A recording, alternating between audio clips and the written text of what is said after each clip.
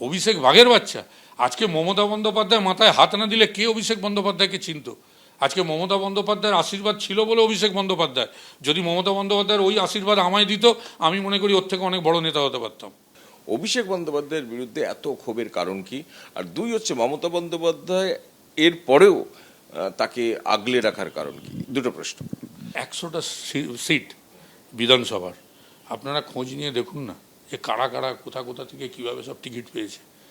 যাদের যোগ্যতা নেই, কিছু অর্থের বিনিময়, কোথাও কাউকে তোষামত করে, কোথাও অন্য কোনো বিনিময়ে তারা বিভিন্ন জায়গায় টিকিট পেয়েছে। আর সেই সমস্ত সিটগুলোতে সব থেকে বেশি বিপর্যয় হয়েছে, সব থেকে বেশি বিপর্যয় হয়েছে। আর্থিক লেনদেনও হয়েছে। দলে শুধু তাই নয়, কে কোথায় নেতা হবে। আপনি সব যুব নেতাগুলো বিভিন্ন জায়গায় যারা সব বিভিন্ন দায়িত্ব সামলেছে, বিভিন্ন সংগঠনের যারা মাথা হয়েছে, আমি তো মনে করি বহু জায়গায় এরকম নেতাদের স্থান দেওয়া হয়েছে যাদের নেতৃত্ব দেওয়ার মতো ক্ষমতা নেই। এমন এমন সব নেতৃত্ব হয়েছে যারা কেউ এক একজন বড় বড় তোলাবাজ, যাদের সম্বন্ধে বহু অভিযোগ রয়েছে। এমন এমন নেতৃত্ব হয়েছে যারা এক এক সময় অন্য রাজনৈতিক দল করেছে, হারমাদের তাকমা পেয়েছে, কাউকে বাড়ি থেকে বার করে দিয়েছে, কাউকে গলায় কোপ মেরেছে। এসব আর আমি নাম বলতে চাই না। এগুলো ছিল সব অভিষেক বন্দ্যোপাধ্যায় সব এক একটা রত্ন জেলায় জেলায়। এইসব জেলার রত্নগুলোকে দেখেই তো আজকে বাংলার মানুষ মনে করেছে এরা যদি তৃণমূল কংগ্রেসের রত্ন হয়, তাহলে এই তৃণমূল কংগ্রেস মমতা বন্দ্যোপাধ্যায়ের তৃণমূল কংগ্রেস হতে পারে না, এটা মামাটি মানুষ হতে পারে না। যার কারণ আজকে তাদের বিরুদ্ধে ভোটটা দিয়েছে। একটা সময় আমাকে বলা হতো চার্টার্ড ফ্লাইটে আমি গেছি বলে। আজকে চার্টার্ড ফ্লাইট কী অবস্থা দেখিয়ে দিচ্ছে। তো বোধহয় মানে সাধারণ বেড়াতে গেলেও বোধহয় চার্টার্ড ফ্লাইট, আড্ডা মারতে গেলেও চার্টার্ড ফ্লাইট। আজকে এই সমস্ত প্রশ্ন আসবে না।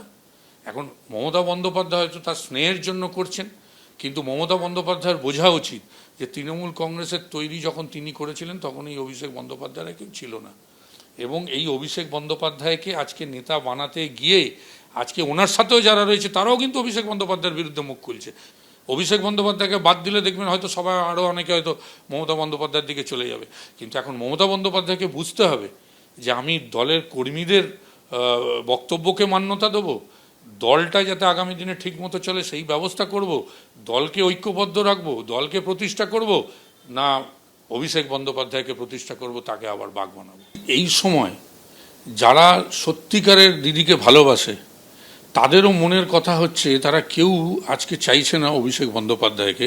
কিন্তু আমি কেন জানি না, বুঝতে পারছি না যে মমতা বন্দ্যোপাধ্যায় এখনও অভিষেক বন্দ্যোপাধ্যায় করে যাচ্ছেন। আমি দিদিকে হাত জোড় করছি যে দয়া করে আর অভিষেক বন্দ্যোপাধ্যায় করবেন না, আর অভিষেক বন্দ্যোপাধ্যায়কে বাঘের বাচ্চা বানাবেন না, আর অভিষেক বন্দ্যোপাধ্যায়কে ডিফেন্ড করার চেষ্টা করবেন না। কারণ এই অভিষেক বন্দ্যোপাধ্যায়ের জন্যই আজকে দলটার এই অবস্থা হয়েছে। মমতা বন্দ্যোপাধ্যায় যেমন আজকে তৃণমূল কংগ্রেস তৈরি করেছেন, তার জন্য তার যেমন সমস্ত অবদান, আর দলটা শেষ করার জন্য যদি কাউকে দায়ী করতে হয় তার একমাত্র দাবিদার হচ্ছে অভিষেক বন্দ্যোপাধ্যায়। আজকে ভাবুন তো, কেন বলবো না, আজকে দলটার এই জায়গা আজকে শুভেন্দু অধিকারী আজকে কেন দল ছেড়েছে? শুধুমাত্র অভিষেক বন্দ্যোপাধ্যায়কে নেতা বানাতে গিয়ে, অভিষেক বন্দ্যোপাধ্যায়কে মান্যতা দিতে গিয়ে আজকে শুভেন্দু অধিকারীর মতো এইরকম একটা বলিষ্ঠ নেতৃত্বকে আজকে দল ছাড়তে আমরা বাধ্য করেছি। শুধু তাই নয়, একে একে একে একে আজকে যদি দেখেন যে প্রত্যেকে অভিযোগ জানাচ্ছে অভিষেক বন্দ্যোপাধ্যায়ের কাছে, এবং মনের জ্বালা তো বটেই। আজকে আমাকে কিভাবে আমার রাজনৈতিক জীবন বলুন, পরিবার বলুন, সব কিছু কীভাবে নষ্ট করেছে এই অভিষেক বন্দ্যোপাধ্যায়। আমাকে জয়েন করানো হলো, বলা হলো একরকম যে হ্যাঁ দলের জন্য কিছুদিন কাজ করো, তারপরে নিশ্চিতভাবে আমরা দেখব। কি না করিনি আমি বলুন তো। এই বিগত 21 থেকে 26 যদি দেখেন, যদি সব থেকে বেশি পরিশ্রম করে থাকে, সব থেকে বেশি কঠিন দায়িত্ব যদি সামলে থাকে রাজীব বন্দ্যোপাধ্যায় সামলেছে। আজকে যে জোর করে ত্রিপুরা আমায় পাঠানো হয়েছে, মমতা বন্দ্যোপাধ্যায় আমায় নিজে ফোন করেছেন, করে বলছেন তুই ত্রিপুরা থেকে কি করবি, তোর মতো একটা অ্যাক্টিভ ছেলেকে তো আমার বাংলায় কাজে লাগানো বেশি দরকার, তোকে তো বাংলায় আমি চাই ভালো করে কর, তাতে আমার দলটা আরও সমৃদ্ধ হবে। আমি সঙ্গে সঙ্গে অভিষেক বন্দ্যোপাধ্যায়কে বললাম যে দিদি এরম করছে, আমাকে আসতে দিল না। এই অভিষেক বন্দ্যোপাধ্যায় সব যত পচা লোকগুলোকে প্রত্যেক কটা জেলা ধরে ধরে আমি বলে দেবো, আমি তাদের নাম করে তাদেরকে আর জনপ্রিয় করতে চাই না। যতগুলো অভিষেক বন্দ্যোপাধ্যায়ের জেলায় যত নেতা ছিল একটা করে রেখেছিল, ওর একটা করে একদম বলতে পারি সেই স্বনামধন্য সমস্ত নেতৃত্ব ছিল প্রত্যেক কটা জেলায়, যাদের চোখ দিয়ে আজকে অভিষেক বন্দ্যোপাধ্যায় দেখতো, করে আজকে দলটা শেষ করে দিয়েছে, টিকিট বিক্রি করে দিয়েছে।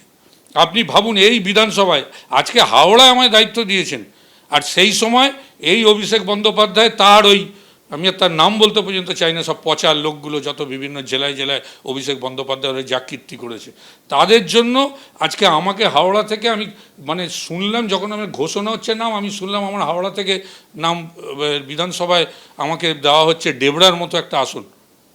অর্থাৎ এরা আমার রাজনৈতিক কেরিয়ার শেষ করেছে। এবং সর্বোপরি অভিষেক বন্দ্যোপাধ্যায়, তার মধ্যেও আরও একটা কথা আপনাদের বলা উচিত, আমাকে ইচ্ছাকৃতভাবে নন্দীগ্রামে লড়ানোর জন্য বলল।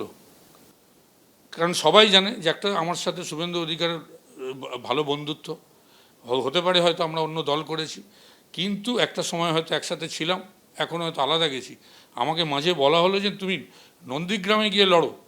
ভাবুন, কোন নন্দীগ্রাম? আজকে আমি তো দায়িত্ব নিয়ে বলতে পারি, মমতা বন্দ্যোপাধ্যায় অস্বীকার করতে পারবেন, অভিষেক বন্দ্যোপাধ্যায় অস্বীকার করতে পারবেন যে আজকে নন্দীগ্রাম যদি না হতো, আজকে মামাটি মানুষের সরকার আসতো না।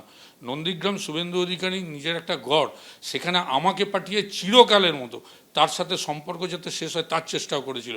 আমি যখন রিফিউজ করেছি, সাংঘাতিকভাবে সে রেগে গেছিল। এবিপি আনন্দ, এগিয়ে থাকে, এগিয়ে রাখে।